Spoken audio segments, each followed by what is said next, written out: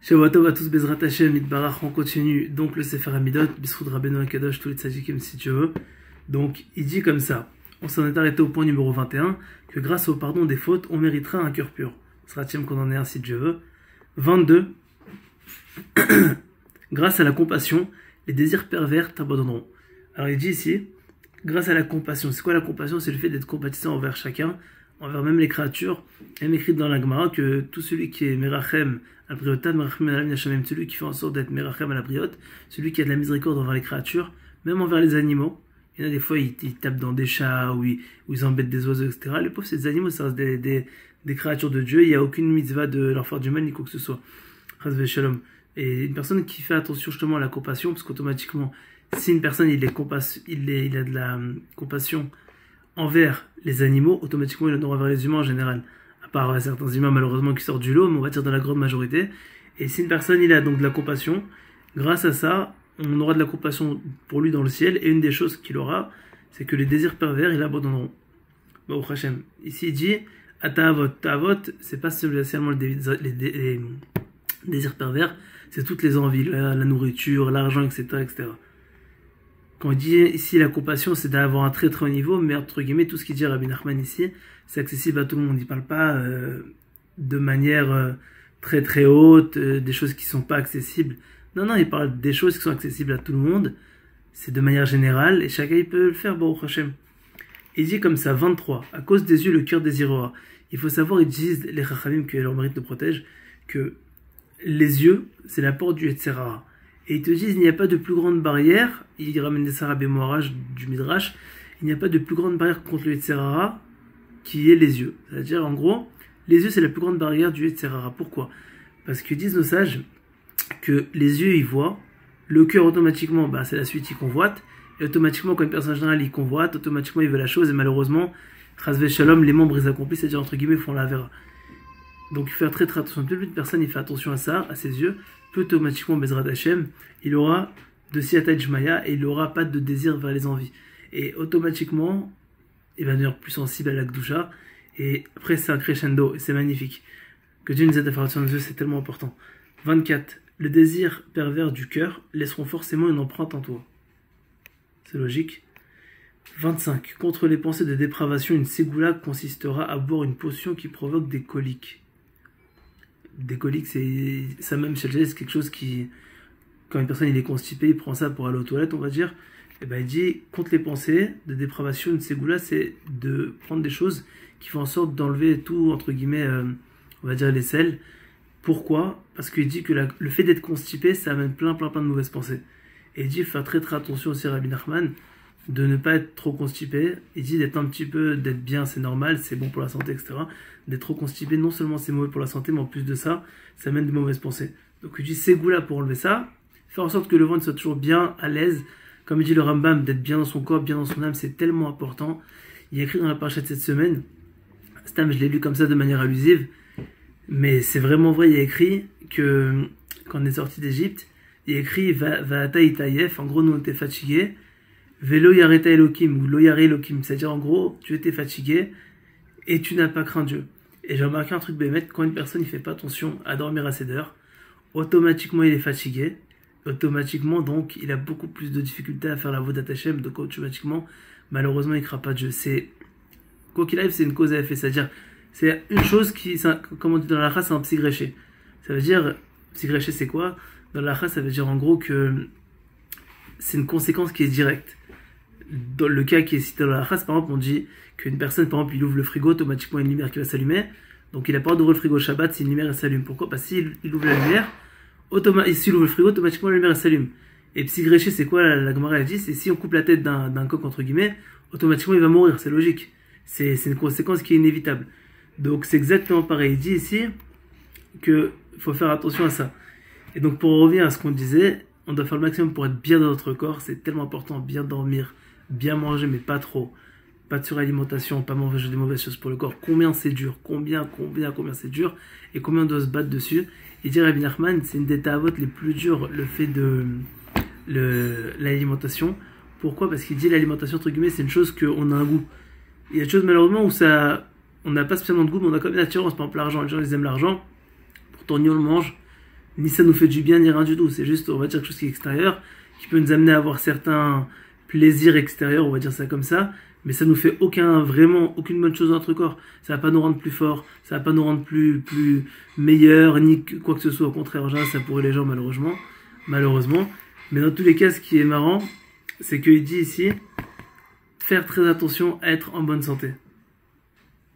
Une ségoule encore, ne pas être constipé, prendre des choses qui font en sorte que le ventre soit toujours bien, et au moins c'est une bonne chose. 26.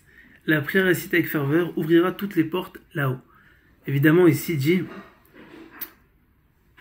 Tfila shebecha v'nat alev, il dit Ipotachat kol aptachim shelemala. Elle ouvre toutes les portes.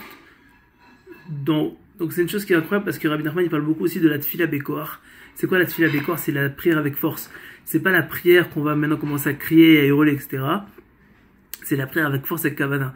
Après, si une personne a besoin de crier, de hurler parce que ça le réveille et que ça lui permet de mieux servir Dieu, bah pourquoi pas? Parce que si ça permet de mieux servir Dieu, évidemment, tant que ça dérange personne qui est à côté, si par exemple quelqu'un a fait une bonne doute dans les champs. D'ailleurs, j'avais une tchouva de Rabbi Moirash, il expliquait une belle chose. Il disait que pourquoi c'était mieux d'aller faire une bonne doute dans les champs, seul, par exemple à la mer ou n'importe où, mais c'est mieux d'aller dans les champs. Pourquoi c'est mieux d'aller seul et pas en groupe? Parce qu'il y a peut-être un yen aussi dans le groupe. Parce qu'on sait qu'on a 10 juifs qui sont ensemble, il y a la Shrina qui est là. Alors il disait que c'était mieux d'aller d'aller seul qu'ensemble. Pourquoi? Il disait parce que quand une personne, il va avec du monde, il sait qu'il y a du monde qui va l'entendre, qui va l'écouter, etc. Donc automatiquement il va vouloir se faire remarquer, il va vouloir crier, etc. Mais si une personne il va seul, qu'est-ce qu'il va se dire? Je suis seul, je peux être libre, je peux être naturel, personne ne me regarde, personne ne m'entend, je suis avec Dieu. Donc il faut faire la tfila bekoar, c'est bien de crier si une personne il a besoin. Si une personne il a besoin de bouger et qu'il bouge, on dit que Rabbi Akiva il commençait la prière, dit la Gemara, dans un endroit de la pièce, il finissait dans l'autre côté de la pièce. C'est-à-dire que Bémet, chacun, la tfila c'est quelque chose de personnel. Chacun doit le faire selon comment il ressent son rapport avec Dieu. Et une personne, il ne peut pas expliquer le rapport qu'il a avec Dieu à son prochain. Il peut c'est de lui donner les mots, etc.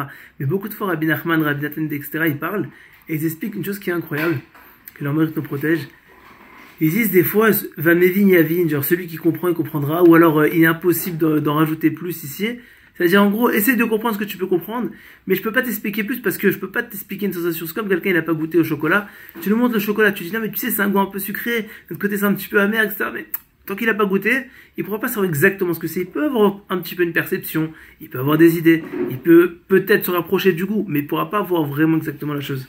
Donc c'est pour ça qu'il dit tout le temps, c'est quelque chose de personnel, et si on a besoin de prier avec force, surtout avec le cœur, le plus important c'est la tfila shebalev, avec la kavana écrit dans la Gemara, Rachabana libabae, Akadosh Baruch Hu, ce qu'il veut, Rachamana, c'est Dieu, entre guillemets, le miséricordieux, il veut le cœur de chacun d'entre nous, il veut que, entre guillemets, chacun ait pris ce qu'il a besoin, qu'il le demande, avec des mots simples, comme des enfants qui parlent à Hachem. Et donc faut faire ça, et quand une personne il fait attention justement donc à faire la tfila avec le cœur, il ouvre toutes les portes.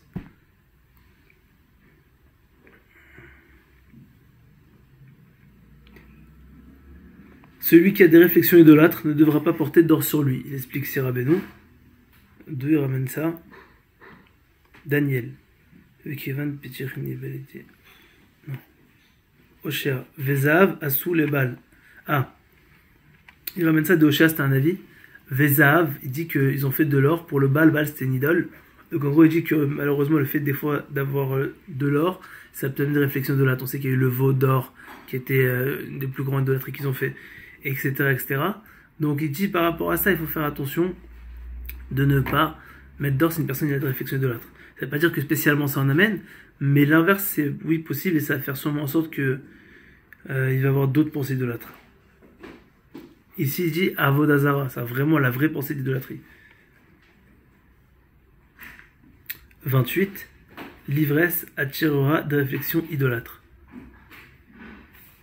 Dieu il déteste l'ivresse. Qu'est-ce qu'on peut acheter de plus? La Torah dit dans la Gemara dit, il aime la Torah, elle ramène une des raisons pourquoi Nadav a vu sont morts, c'est parce qu'ils ont fait le service de Dieu, parce qu'ils étaient sous.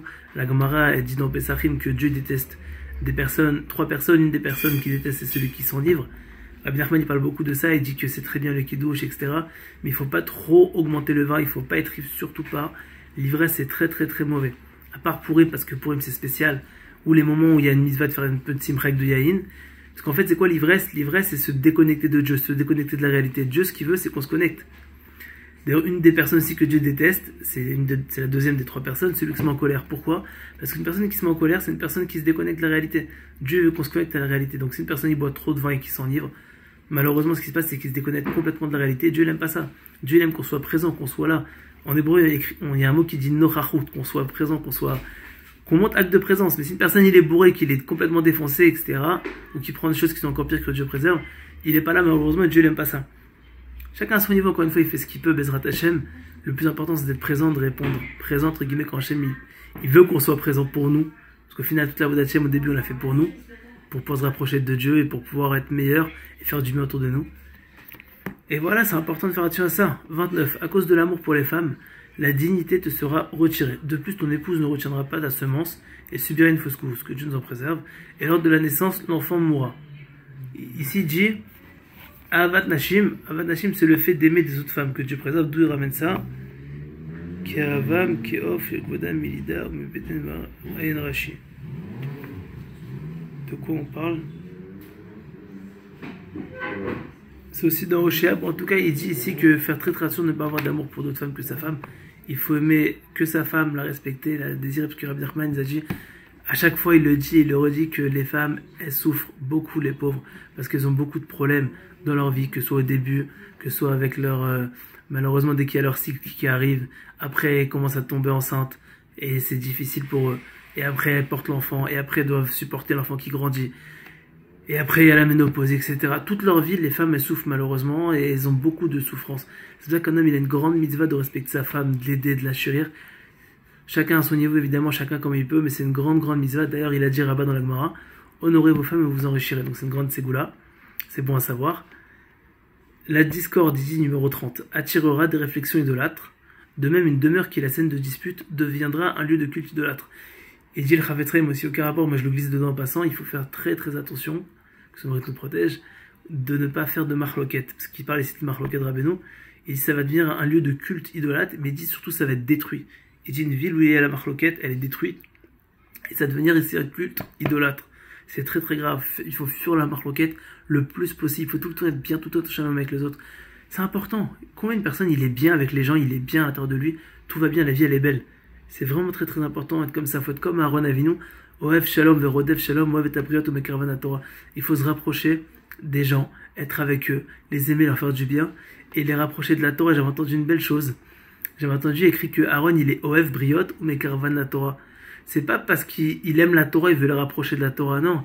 C'est parce qu'il aime les gens, et il sait la valeur de la Torah, que justement il veut les rapprocher de la Torah. C'est parce qu'il les aime, il veut le mieux pour eux, parce qu'il sait que la Torah à son niveau, c'est la meilleure des choses, et il sait que c'est la chose qui va lui amener les meilleures choses. À chacun d'entre nous, tout le monde sait que quand il y a un problème que Dieu préserve, qu'est-ce qu'on fait? On va pleurer chez le rabbin. Et c'est une réalité, on va au kotel, dès qu'il y a un souci, on va au kotel, on va prier Hachem. C'est la première chose qu'on fait, dès qu'une personne il y a une grosse galère, vers qui il se remet, il lève les yeux au ciel, il se remet à Dieu. Au fond de nous-mêmes, si une personne il est proche ou il est moins proche, chacun sait qu'au fond de lui, Dieu il est là, et que en cas de force majeure, en chat attraque, on a sur qui s'appuie, on a Dieu, Baruch Hashem. Donc il dit, faire très attention, tout le temps être un des talmidim d'Aaron Avinu. Tout le temps chercher le shalom, chercher la paix, et ne pas faire en sorte qu'il y ait de disputes. 31. Si l'homme est assailli de pensées étrangères, qu'il élève la voix comme s'il sanglotait, alors ses pensées l'abandonneront. Bon conseil à savoir, je ne connaissais pas. 32. Le fait d'être parjure et de proférer des malédictions attireront des pensées malsaines. Alors il dit, les jvoot ou klalot. Jvoot, c'est le fait de dire Bezrat Hashem, ou pas spécialement Bezrat Hashem, mais de prendre des serments sur soi comme des vœux, on va dire ça comme ça. Et la personne, en gros, il fait en sorte, ici, il dit parjure, c'est marrant parce que je vois, c'est justement le fait de jurer. Mais ici, il dit traduit par parjure, sûrement la kavana, c'est le fait de jurer, mais de ne pas appliquer ce qu'on jure. Beaucoup de personnes disent Bezrat Hashem sur ma vie, sur la Torah, sur Dieu, que Dieu préserve, jure sur toutes les choses. Juste montrer l'exemple, parce que c'est très grave de jurer sur Hashem ou sur notre famille, ou même sur notre vie. Parce qu'au final, notre Neshama, c'est une partie de Dieu. Et les gens, ils jurent. Et malheureusement, entre guillemets, des fois, ils oublient. Ça peut arriver, on est humain, c'est humain d'oublier. Mais le problème, c'est quand une personne jure, au final, c'est dangereux. Et malheureusement, il dit à cause de ça, les pensées, à cause de ça, il y a les pensées qui l'abandonneront. Excuse-moi, ça tirera des pensées malsaines. Donc, il faut faire très attention. Et il tire ça du Tehillim 107. Et on finit sur un beau truc, c'est toujours important de finir sur une belle note, Bezrat Hashem. Grâce à la confiance en Dieu, les pensées malsaines ne t'approcheront pas. Le bitachon, le fait d'avoir confiance en Dieu, savoir que Dieu il est avec nous, Bezrat Hashem, qu'il ne nous abandonnera pas, qu'il veut notre bien, qu'il nous aime. Et c'est tout le temps important de faire ça, Bezrat Hashem. En tout cas, Shavuot Tov, une merveilleuse semaine, Bezrat Hashem, jusqu'au prochain cours à la grâce de Dieu. Des bonnes nouvelles, Bezrat Hashem.